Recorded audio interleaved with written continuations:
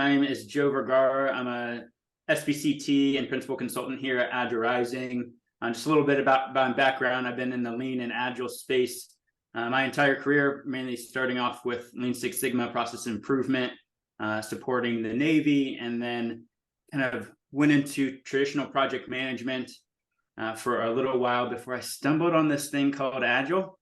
The rest is history, if you will. I've been serving served as a product manager, RTE, for different organizations, and then now have been working with different types of organizations of different sizes and different industries to help them scale their agility, and in part of that, utilizing tools like Target Process. So I'm really excited to talk about how we can leverage Target Process today, and helping our organizations to achieve strategic alignment. Mark, how about you tell a little bit about yourself? Yeah, great, Joe. Thanks for that background. Mark Davian, again, one of the senior solutions consultants here with Apptio, now an IBM company. So we were acquired earlier this year. I've been with Apptio for 3 years now, and prior to that, I have kind of a similar background to what Joe has.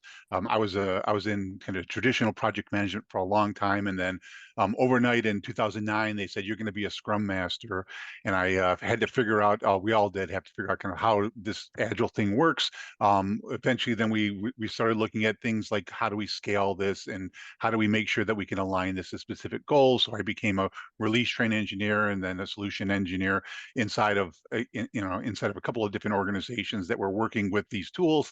And then I found Target Process and decided that I wanted to help other organizations learn how to do this with a very flexible and an updated tool like Target Process. So I work with a lot of different organizations, and certainly our partner organizations as well, like Agile Rising, to basically help figure out how do we align your use cases and your goals to what we can do within the solutions. But it's really about making sure we can deliver that value. So it's less about the tool, I believe, and more about kind of what that value is. And I think Target Process, as we hopefully we'll walk through today a little bit, we'll be able to demonstrate how we can do that for you and your organizations. Great. Thanks, Mark. I learned something new today. I didn't know that you were thrown into the fire as a Scrum Master. I was actually thrown into the fire as a product owner. And if I'm honest with you, 2 years back or so, I was kind of thrown into the fire of Target Process. I had never seen that before, but I've had the privilege of working with not only Target Process, but a little bit with Apptio One, some of the other Apptio tool set that's available, and I've really enjoyed it. Right, I think we at Agile Rising, we're starting to see more and more organizations come to us and really think about how they can leverage tooling to achieve and track the value that they're delivering. And one of the key themes that we're seeing is that many of those organizations are kind of moving away from other ALM tools to Target Process. Right. I'm just curious, Mark, you're working with many more customers than I am. We obviously see a subset of that, but what in your mind, Mark, separates Target Process from other ALM tools?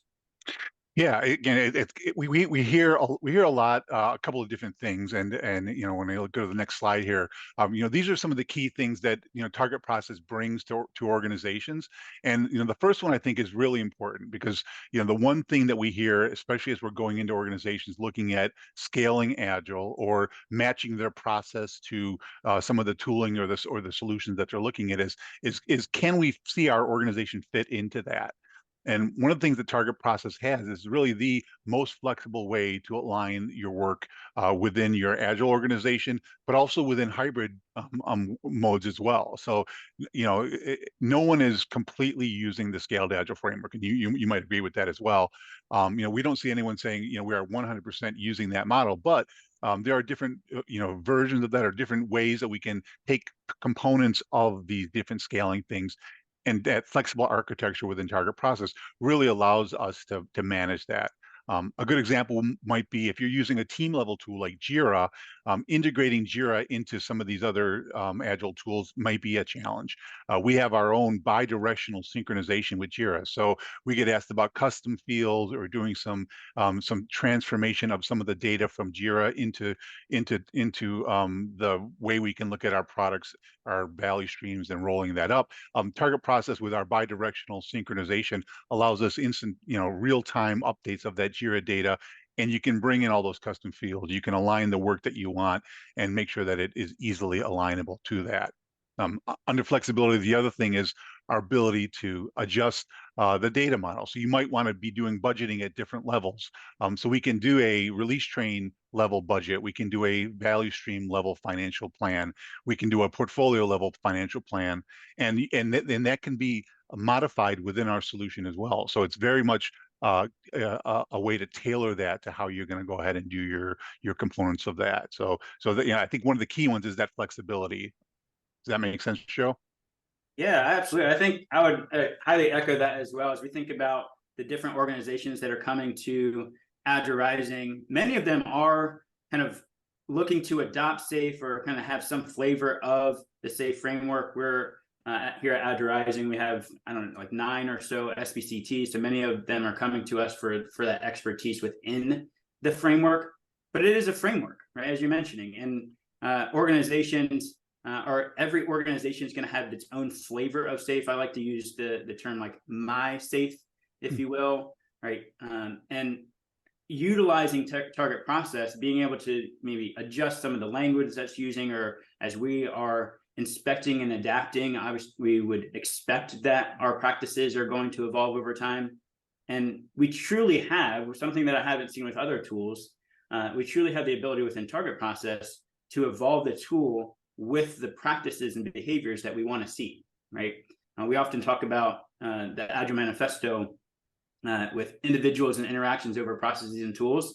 And to be honest with you, when I've worked with other tools, I've said, well, we have to align to whatever the tool gives us, right? And now working with target process, I think we can truly embody that principle or that value and really think about what are the behaviors that we want to see in the organization, and how can we tailor the tool to help facilitate that behavior that we're looking for. Yeah, no, absolutely. I love that concept of the kind of the my SAFe, and it's the same thing with my target process. Like, we have the ability for us to do that, and one of the things that makes it easy for you is that ability to easily get value out of the solution immediately or as quickly as possible.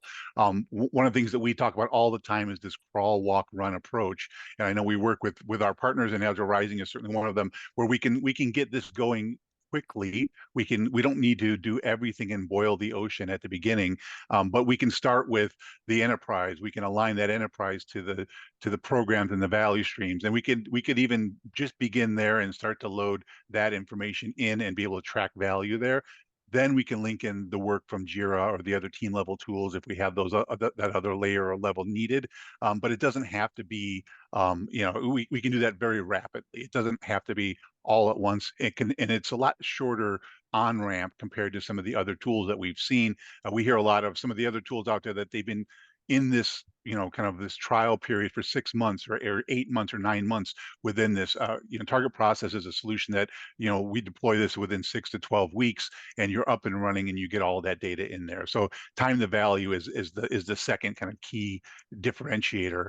And then the last one is one that I know we're going to talk about a little bit more today. It's our ability to link in holistic financials, being able to link what we have in Target Process into your labor plans, into your total cost of ownership, into the different product funding that you might be looking at, so that the development teams and the delivery organization can share what's happening and easily integrate that into the finance organization. And you can see that without having to go through a bunch of hoops or a bunch of other ways to link those two together. So, and one of the things we're going to talk about today a little bit more is how do we link those in with things like labor financial management, and being able to look at lean portfolio management as well. So those are a couple of the things that really Target Process is built to do. And one of the reasons why I was so glad we got acquired years ago from Apptio is we didn't have all of that financial information or that ability to do all of that tracking until we got acquired by,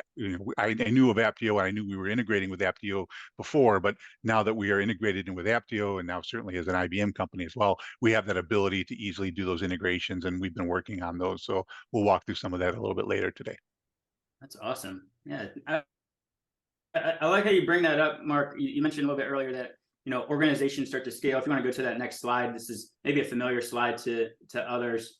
Of this is the big picture, SAFE's big picture. But as whether you're using SAFE or not using SAFE, when you're going through a transformation, you don't do everything all at once, right? You maybe start small. You start to think about, what does agility look like at the team level, and you start to maybe think, hey, I have some products, these really complex products that we need additional alignment between these teams. We start to think about scaling to a team of teams level, or what SAFE calls the art level. And I think one of the trends that we've seen, especially a lot over the last couple of years, is many organizations that are coming to us, they're seeing some benefit of that essential layer that SAFE calls that team and team of teams layer. But if we're honest with ourselves, if we're honest as coaches, if we're honest as organizations, the benefit's kind of capped if we only stick to that area, right? And if you can maybe go to the next slide, where we're seeing more and more of our organizations kind of start to think about and really dive more into, is ideas of lean portfolio management, right? How do we organize organize around value streams? How do we think about funding value streams differently? And I think this lends well into what you were just talking about, Mark. And one of the key differentiators that I see within Targetprocess is that while most of the other ALM tools, you mentioned Jira before, right? They're focusing on work execution, right? They're focusing on what's happening with our stories and our features and our epics, right? What's happening from that perspective. Apptio and the tool suite that's provided within Apptio really goes much beyond that, and really starts to get into labor financial management and functionality that's related to TBM. Can you talk to us a little bit about how that works within Targetprocess, or maybe Apptio One, or some of the other toolings that is available? Sure, absolutely. And I think just on this one, I think one of the key things here is looking at the different roles that are out there, and the different personas of people that are going to be using this. So certainly we know all of the traditional ones that SAFE calls out, and that we talk about it at enterprise level for the enterprise leadership, from the program and the portfolio level and the leadership there. But that finance component of that is another key persona, and that's where really, when we look at bringing the work that we plan within the team level, or up into the program or value stream level, that work and those plans then easily get translated into the financials that we can see at the financial leadership level as well. So I think I like this view here, because it really starts to talk about the different types of personas or roles that are going to be in consuming this, as well as helping to drive that strategy and that data as we move forward. Just looking at Targetprocess itself. So this is just one of the views that we like to talk about when we start to begin to introduce Targetprocess. So really, the way we look at this from a team perspective, and you mentioned Jira, is teams are going to be doing their work where they are most comfortable, or they already have established team execution levels down at this Jira level. Where we come in, and where teams struggle, is how do we do that with Jira plugins above that? So how do we add in all of the different things that we need to do at this level, and then even aligning to things like a Jira Align tool, like Targetprocess is the kind of the competitor to Jira Align, but we can do the enterprise level and product level roll-ups of that work without having to do as much effort that we need to, because of the flexibility and because of how quickly it is to go ahead and implement that. So those are some of the key things that we see, just in terms of how we structure Targetprocess, how we're aligning that work, and really letting the teams do the work down here where they want to go ahead and execute on that, but very easily and seamlessly align that up into the products and value streams that we're going to align to, and then up into the enterprise level as well. So, just from a structure perspective, I think that's one of the key things that we see, and that, where Targetprocess really helps to organize that from a work perspective as well as a financial perspective. Joe, you were going to add in here. Yeah, I was gonna say, like, Mark, you talk about, target process being competitor to like a Jira Align, and kind of the structure where the teams are operating within the other, toolings that we've mentioned, Jira, ADOs, and up here as well. I think what we've seen as well as another trend. I don't know if you're seeing this kind of globally, but we're seeing target process can compete not just within the Jira Align space, but they can compete. They are competing and doing really well at the team level. They provide that functionality to manage, the day-to-day, iterations and Scrum events that you're having. Even PI planning, I'm working with several different organizations now who used to utilize PIplanning.io, right? And it's like, hey, you can continue with it. We can integrate with PIplanning.io if you'd like, and the same way have those the two-way feed, or we can kind of build it all within the same tooling, right? And we can do PI planning, get the same functionality that you would see in one of those external tools, but have that same functionality in the same tooling that people are using every day in target process, which is really, really neat. Yeah, no, you're absolutely right. I mean, that is a key use case. Being able to plan out that work across all these different teams, and in Jira or other team level tools, it's not as easy to go ahead and do some of those things. Being able to have one place where you can set your plan across your solutions or across your value stream, and then either execute that at a lower level or be able to do all of that team level planning as well inside of a single tool is very important. Again, it's not it's not an all or nothing either, so it can be both. Yeah, I have some organizations where they're using Jira for some teams, but then their operations team or their marketing teams or some other work that they're doing, they don't have a place to do that. They don't want to be in Jira. They don't want to learn how that works. So we merge them together and say, okay, we've got some work coming from other tools, and then we've got other execution, and we can do that planning together inside of target process as well. So I think that's another good use case that we've seen. Yeah, just speaking more towards that flexibility of the tooling. Absolutely. I know, Mark, you mentioned kind of this big piece of labor financial management. You mind showing us a little bit more about that?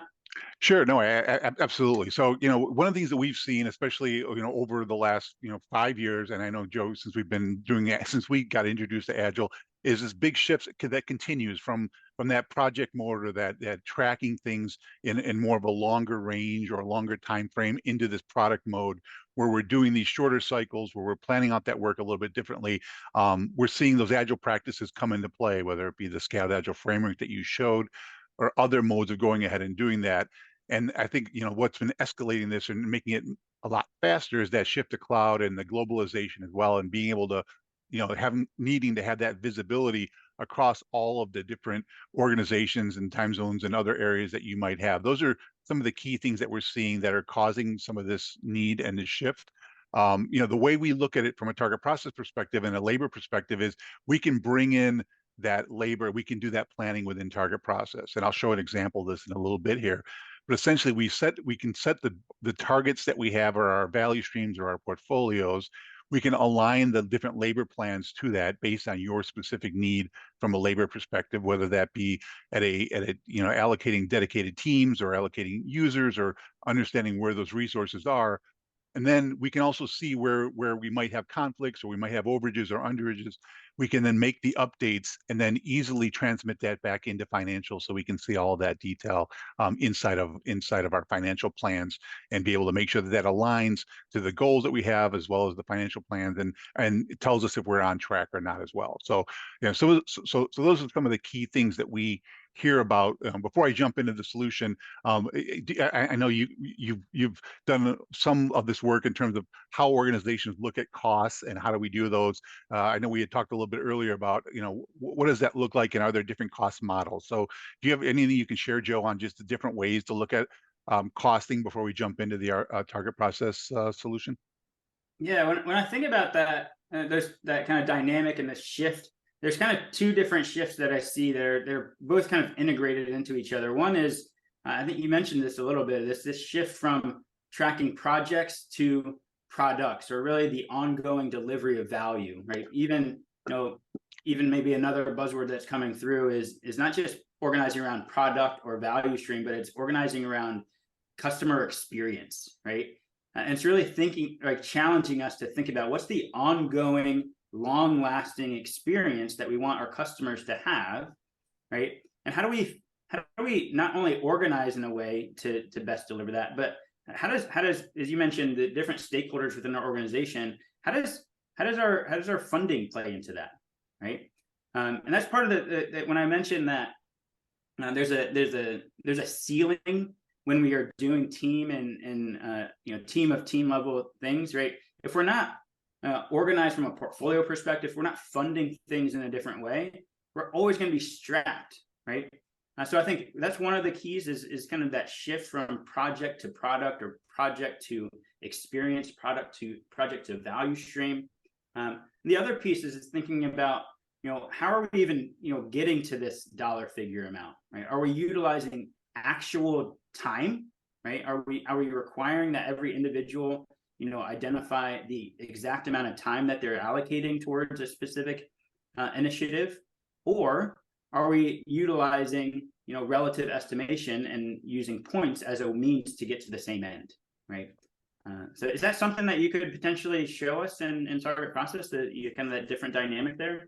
Yeah, absolutely, and I think you hit it right on. So, in terms of tracking information, and again, we still see a lot of organizations doing time tracking or doing time writing, but we're also seeing a shift. We're working with several big banks right now where they're looking at how do we look at the completed work that we're doing from a Jira or a team perspective. How do we then do we know what the cost of the teams are, we know what the cost of the individuals are. How do we then derive a cost per team or a cost per individual model that we can then use to say, when we complete this much work in this sprint or in this month, how do we then translate that into actuals versus looking at maybe time tracking, which, to be honest, I know when I was time tracking as a Scrum team member, it didn't seem like it was as value add, especially because we had dedicated teams and you're allocating the value streams a little bit differently. And I think this shift from project to product really aligns to that. So let's jump into target process. We'll show a couple things inside of there, and we're going to start looking at that. I think that financial view, that lens, Joe, is probably a good place to start as any. So we're jumping into the live solution now, and we're going to talk a little bit about that view, and we'll go into the financial view of that, as well as some of the labor planning first, and we'll start there. Sounds All right. great. So, yep. Thanks. So here, inside of target process, what we're looking at, and in this case, are the different menus that we're going to be going ahead and using. And we get this target amount from either from our financial tools. We integrate that in from our Apptio products. But we want to be able to understand from a labor perspective what's really driving the labor cost overall. So, inside of here, we're driving a proposed labor cost. And this is what we would do at the beginning of the quarter, at the beginning of the half year or the year, to say these are the teams that we're going to be dedicated to, and we're going to go through a process to identify, the dedicated teams that we have, or the teams that are going to get added, or even specific types of skills that we need to be aligned to this work. And then we'll go through an approval process that can be here, or that can be in our Apptio One tool as well. We can then approve that information, and now we're able to then start to align that and track where we are overall from that budget perspective and see kind of where we are. So in this case, we've got a portfolio view of the budget. This can be broken down into the product view, which we're looking at over here on the right-hand side. So we can do a target budget here by product and financials as well. And then we can also look at this from a value stream perspective. So when we break down that work and we look at value streams within target process, we can align the product to the value streams. We can align the portfolio epics and initiatives to that as well. And it really allows us to really track and manage that and be able to see where we are from a budgeting perspective. Again, this is still a little bit of the high-level financial view of that, but we're going to use the allocations that we put on these initiatives to really drive some of that labor cost.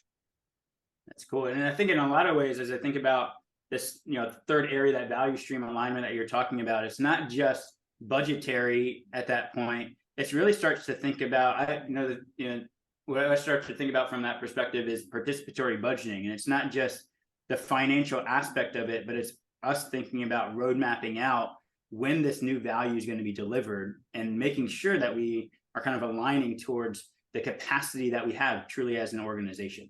That's great. Yeah, absolutely. And again, participatory budgeting is one, that we do, start to look at, as well as I go into a specific example here of a value stream. We can track the initiatives that are in here. We can decide if these initiatives are going to be included in that. We can also do a budgeting exercise under these value streams, and we can look at those different initiatives, and we can say, how do those align into this? And we can use a proposed budget, or we can use the target budget to go ahead and use that to decide, before we do this approval, and go through an approval process for that, we can say, these are the different options that we can have.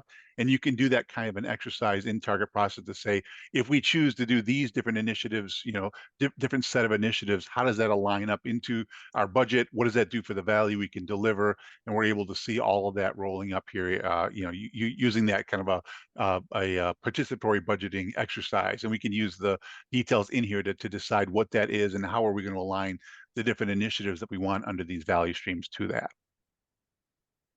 That's awesome. As I think Yeah. about the, no, go ahead, Mark. I No, didn't no, mean to cut no, you no, off. please. No, I didn't mean to interrupt. Go ahead.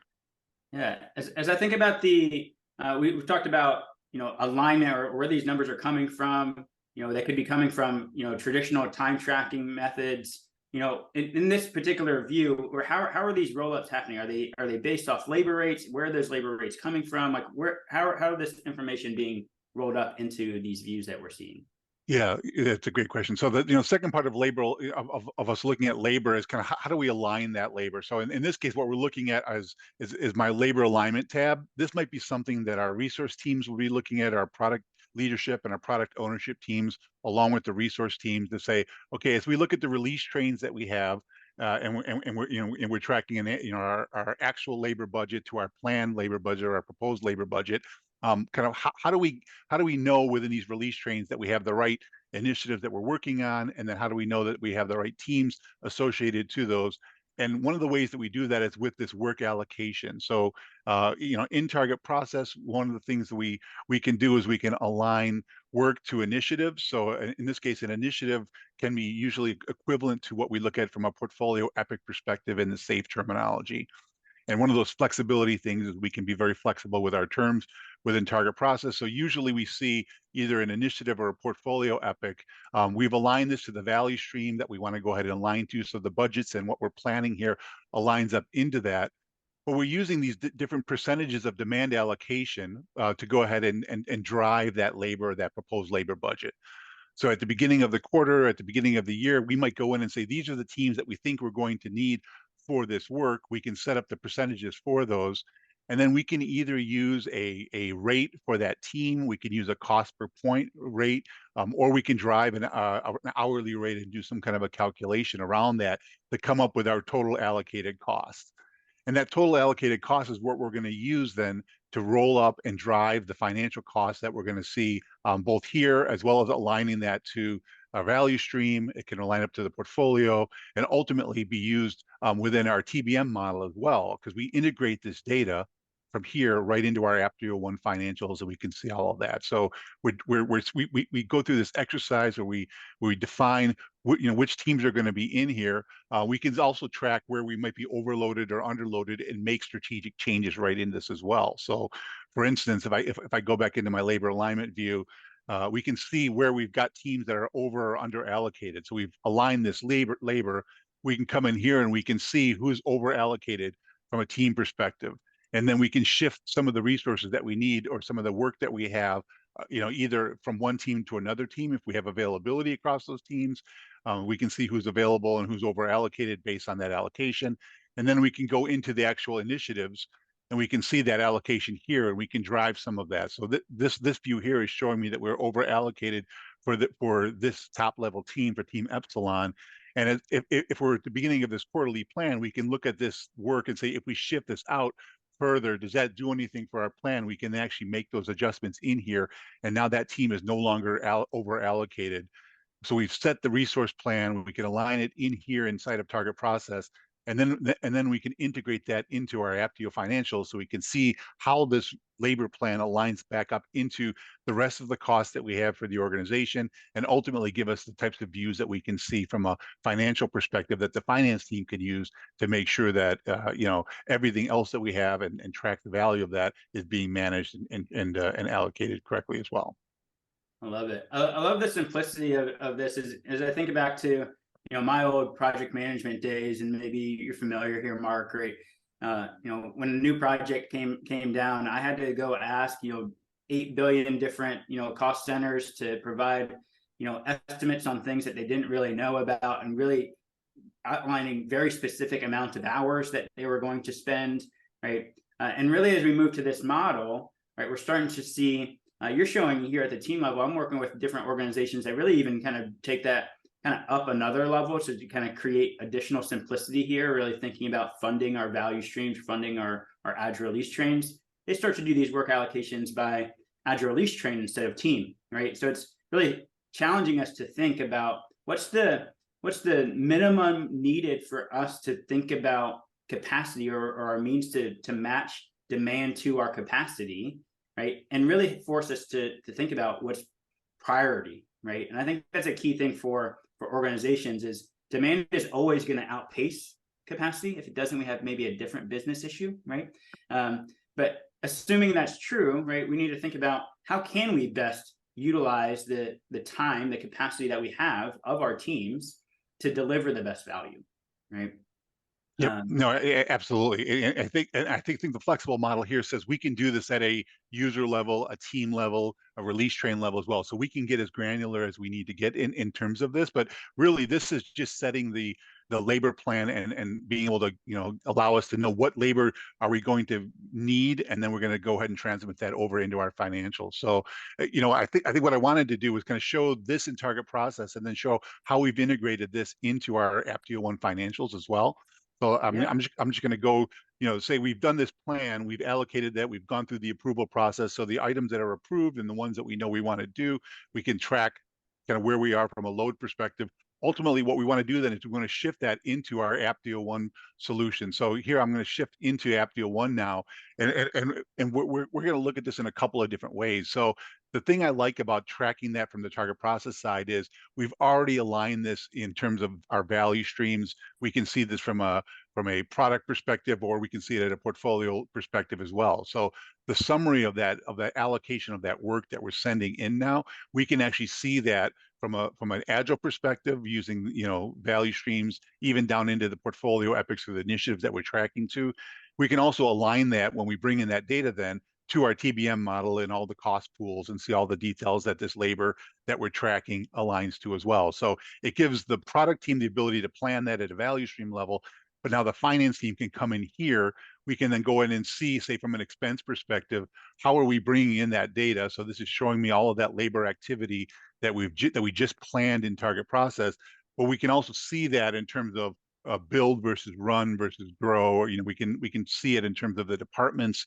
We can look at it from a cost perspective and look at the cost centers that this is driving to, and this gives us that lens of taking the product work that we just planned and aligning that back up into the financials, so the financial teams can come in and see all of that work. So this is that integration that we bring.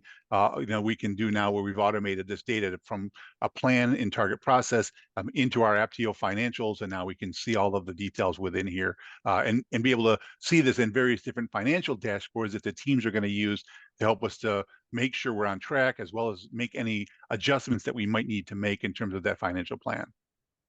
I love it. I love how you're kind of bringing it full circle. You talked about kind of identifying different personas. We kind of identified a new persona of the finance team and how they kind of play into it. Really, I think a lot of this is showing how as we are scaling from an agility standpoint, looking to achieve business agility or enterprise agility, mission agility, right? We're thinking about it from an entire organization's perspective. So we need to bring, instead of treating IT like a service or an overhead service that is going to serve the business, right? It's bringing in the little bit that I know from a TBM perspective is helping to bring IT to the seat of the table, right? With finance, with all of our business counterparts, and really thinking about how do we gain alignment, right?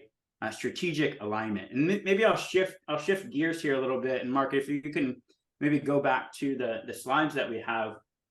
One of the things that as we think about strategic alignment, one of the key pieces is OKRs, right? Objective key results, right? These are a method that we can use to help us create and maintain alignment throughout our organization. As we're working with different organizations, I think OKRs is continuing to still develop and mature, and organizations are continuing to mature in their use of it. One of the key themes that we're starting to see and kind of utilizing OKRs is kind of the shift from output-focused OKRs to truly outcome-focused OKRs, right? What are the true outcomes that we're looking for from our organization to serve our customers? And we also want to think about how often are we measuring this, right? I think, in my personal opinion, I don't know if we need a specific cadence to measure this only on that particular cadence, but I think one common cadence that you see, and it's kind of depicted here on this slide, is that we're identifying these key results or identifying these OKRs, and we're starting to measure how we're doing against those key results on a quarterly basis, right? And that quarterly rhythm often matches the PI cadence that we have, right? Allows us to make adjustments kind of in line with our execution. If you want to go to the next slide here, when we think about the use of OKRs, right? This is coming from the Scaled Agile framework as well, but I think this applies to those who, whether you're using SAFe or not. As we think about OKRs, there's really three main use cases that organizations are how organizations are utilizing OKRs, right? Three primary use cases for these. The first one is really starting to think about enhancing that strategic alignment across the entire portfolio, right? So many organizations where they're using, again, the terminology may be a little bit different, but this idea of strategic themes, right? What are the key outcomes that we're looking to achieve as a portfolio? Maybe breaking those down, cascading those OKRs into lower level OKRs for our Agile release trains, for example.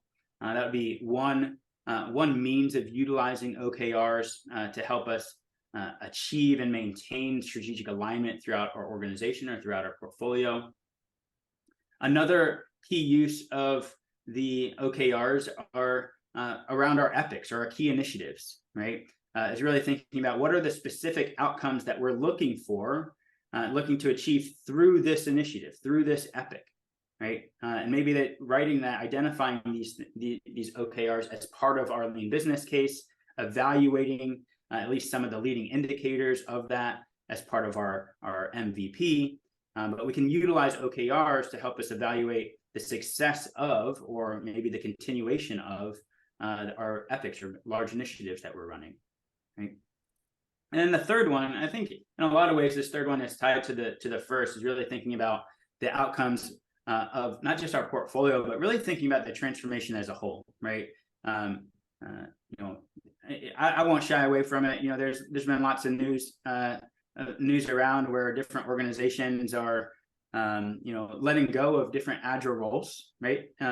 And in a lot of ways, I think in part it's because we're not actually giving ourselves real meaningful outcomes that the transformation needs to be evaluated on, right?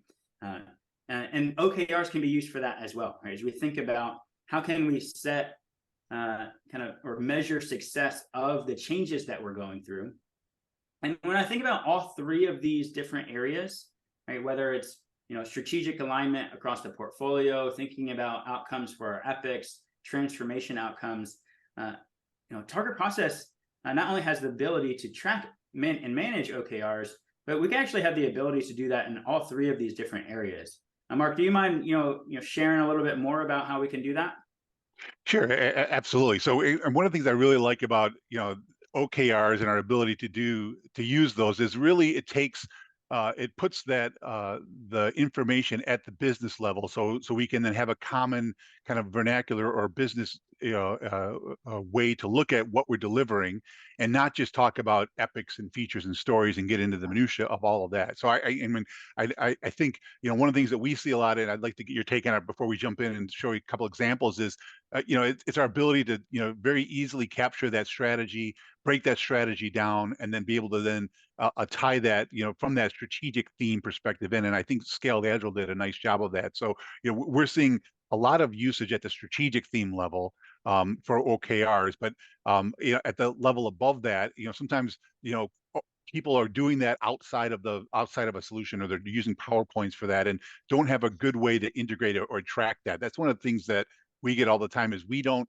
link the top line goal of run or grow down into the tasks or the work that people are doing. So before we jump in, Joe, is that something that you guys have seen? Is that something that you're seeing a trend around moving more into integrated objectives and being able to track those in a more systematic way?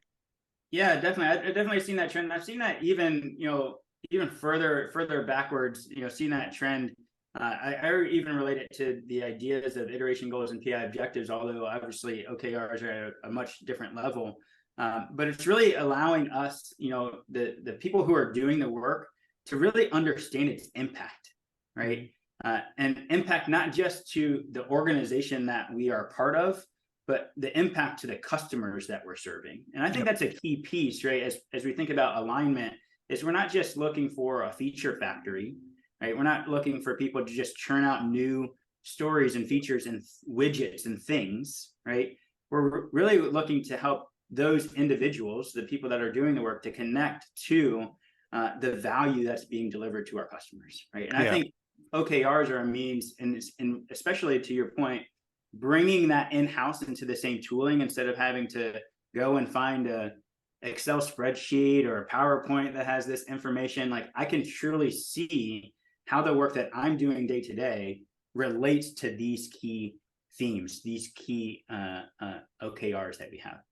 Yeah, absolutely. I think that again, I think that's very fundamental into why we would want to use those. So, if I put on my strategy hat and we look at how do we align strategic objectives within target process, one of the things that that we can do is we can align those, from a grow the business, run the business perspective. We like to see those top 2 to 5 top line goals, and in this case, we want to be able to see how are we going to be achieving those, and where are we in achieving those. So target process integrates all of that in, so you can have a hierarchy of that work. But even before that, how do we align the requests that are coming in, the new items that we have that we want to align into the strategy? So we can start at the very ideation process, bring in those new ideas, put them into a scoring model, and then align them into these strategic objectives very easily. So, one of the things that that we like to see is these new ideas coming in.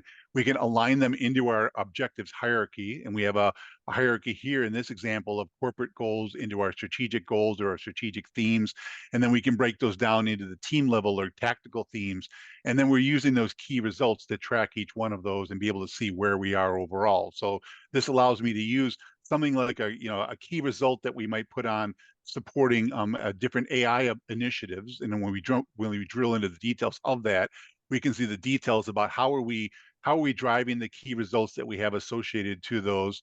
But more importantly, to your point, we want to link those into the initiatives that we're tracking to, so those initiatives that we planned, and then the work underneath that from an epic perspective. So as we're seeing the epics and the initiatives go ahead and get completed, we can then have the conversation about the key results that are getting updated, and we're able to measure and monitor each one of these based on the values that we're getting or the automation that we're bringing in to update these different values to be able to drive that. So, the structure here really allows us to track those goals, but we want to see where we are from a progress perspective. How are we aligning those to our strategic objectives, and ultimately get to the point where we can measure those KPIs. So, each of these goals and these key measurements are tied to a specific KPI. And in this case, we can look at, from an AI perspective, we can track those different KPIs. We can measure each one of those, and we can see that from a monthly, a quarterly, a weekly perspective. And we can actually track, as we're delivering all this work and we're bringing in this automation to track how well are we doing in terms of supporting and these goals. We can actually use these KPIs then that are tied directly into those strategic objectives to be able to measure and track each one of those. So, we're seeing, a lot of traction here now where we can then go in and put in those measurements, be able to align that to our KPIs, and really give us that visibility back up into what the teams have planned from a tactical perspective or a PI objective perspective up into the top line goals for the organization. It's really cool. Yeah, and it really provides that transparency up and down the organization, no matter where you sit in the organization, understand how what you're doing right, impacts the bottom line, impacts the value that we're delivering to our customers, and vice versa, right? From a executive standpoint, what are we specifically doing to achieve these objectives, which is really, really neat. Yep, absolutely. And again, just one more, just to tie it back into the scaled agile a little bit. So, we can then set those objectives about how are we building, how are we doing our delivery? Do we have a business goal, an enabler goal, a tech debt goal? We can start to then track those from a KPI perspective and an OKR perspective to make sure that we're measuring that across our release trains or even across our value streams, and be able to use those KPIs and the OKRs to go ahead and measure that, to track our velocity, how well are we doing across those, and even measure the flow time. How are we getting better? Do we have bottlenecks that we need to go in and address? And this helps us to say, are we going to be able to deliver on those goals? Because we know now how long it's taking us to deliver each one of these features across the different trains, across the different teams that we have, and be able to measure that. And maybe we set a goal for reducing this flow time from 61 days. Maybe if we can deliver in 50 days for the next quarter, or if we can get that to 40 days, what does that do for how much we can deliver? We can now use all of those metrics to understand where we are and how much we can deliver across those. So again, just tying it back to being able to track this from a team of teams, or a release train level, a quarterly level, and roll all that back up. I think that ties it back up nicely into our ways we support, and we fully support the Scaled Agile framework, but other methods of capturing and tracking that data as well. Love it. Mark, we could probably talk for days on the kind of the benefits of target process and kind of how we utilize it to helping us to achieve and maintain strategic alignment. But it's probably good for time for us to kind of wrap things up, maybe answer some questions. We've obviously talked about a lot here. We've talked about kind of the flexible architecture of target process, how it allows for organizations to evolve and really think about the behaviors, again, going back to the value and principle of individuals and interactions over processes and tools. How can we leverage the tool to drive the behaviors that we're looking for, right? We talked about kind of many organizations getting into lean portfolio management, how we can use target process to think about organizing around value streams and funding value streams. We talked about labor financial management and its use both in target process and Apptio One, and kind of the shift from project to product or project to value stream. I mean, it kind of ended here with OKRs and strategic alignment. So lots of different topics here to really think about how are we maintaining that alignment with strategic alignment. But I with the last maybe 10 minutes that we have here, maybe we can open it up to some questions. Julia, I don't know if I'm not tracking that realm. Is there any questions that are out there that we can maybe help with? Let's see. It looks like nothing's come through yet, but the Q&A is open. If anyone has any questions, go ahead and I did have one for you. So you mentioned participatory budgeting at the very beginning of this, and certainly we've started to see some traction there. Do you have any examples, or is there anything that you've seen so far where people are utilizing that, and kind of what are the benefits that they're getting out of using that kind of a process? Yeah, for participatory budgeting, I'm kind of seeing two main use cases for it. One is the kind of the traditional LPM functionality that we talked about a little bit earlier, right? And I know we didn't show how to do participatory budgeting in target process, but really seeing the results of participatory budget in target process, really thinking about how we're planning and funding our value streams over time through that process. I think the other use case that we're seeing is even before lean portfolio management, or kind of utilizing the same functionality or the same process at the art level, simply for prioritization, right? If for people who may be not aware, a similar exercise to participatory budgeting at the art level is often called buy a feature, right? Mm-hmm. And really kind of allowing people to think about, if you had to put your own money into it, which we're never going to do, we're always going to give you play money, monopoly money, right?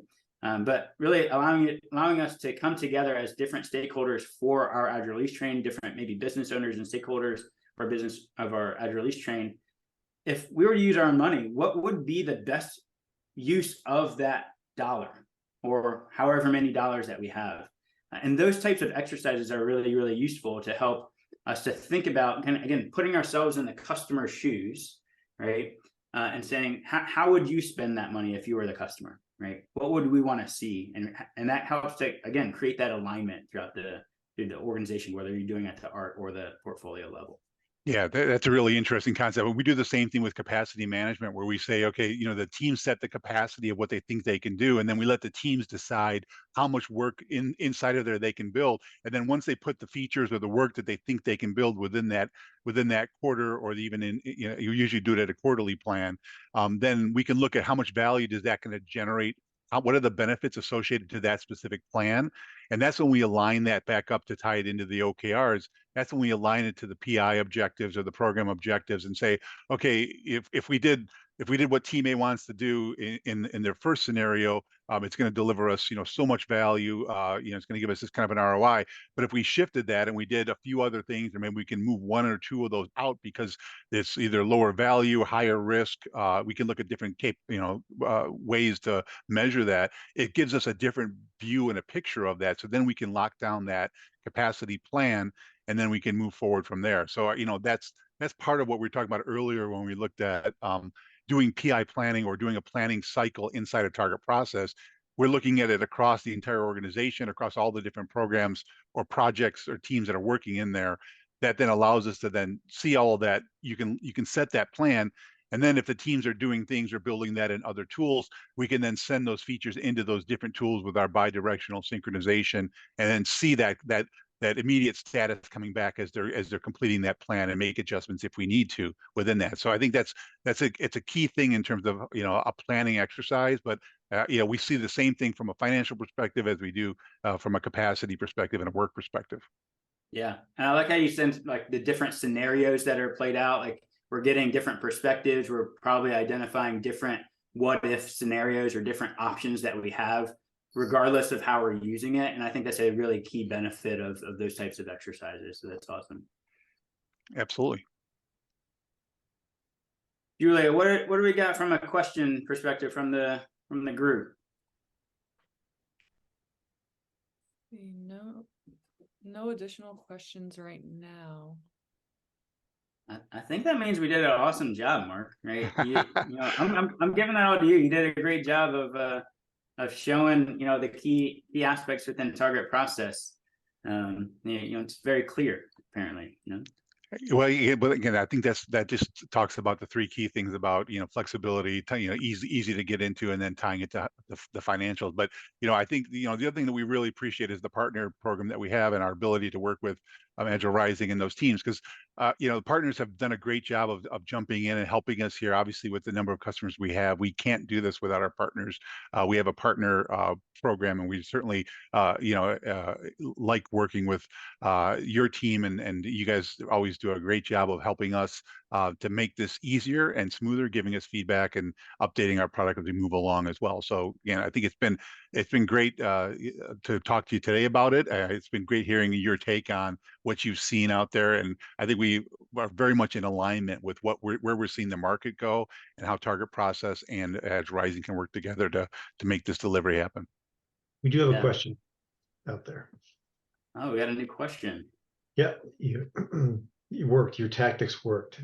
It worked. If you stall long enough, you get questions. So right. I see the question in here. It's probably a good question for you to answer here, Mark. Can you plug in Target Process to Jira Line, or is it just Jira? What is the difference with Jira Line? Yeah, it's a great question. So we have a bidirectional synchronization at the Jira level. So teams that are using the stories, the epics, the even initiatives and planning network in Jira, we directly align to that. Jira Align itself, we don't align with Jira Align. So we have our own kind of enterprise program model that works smoothly with Jira.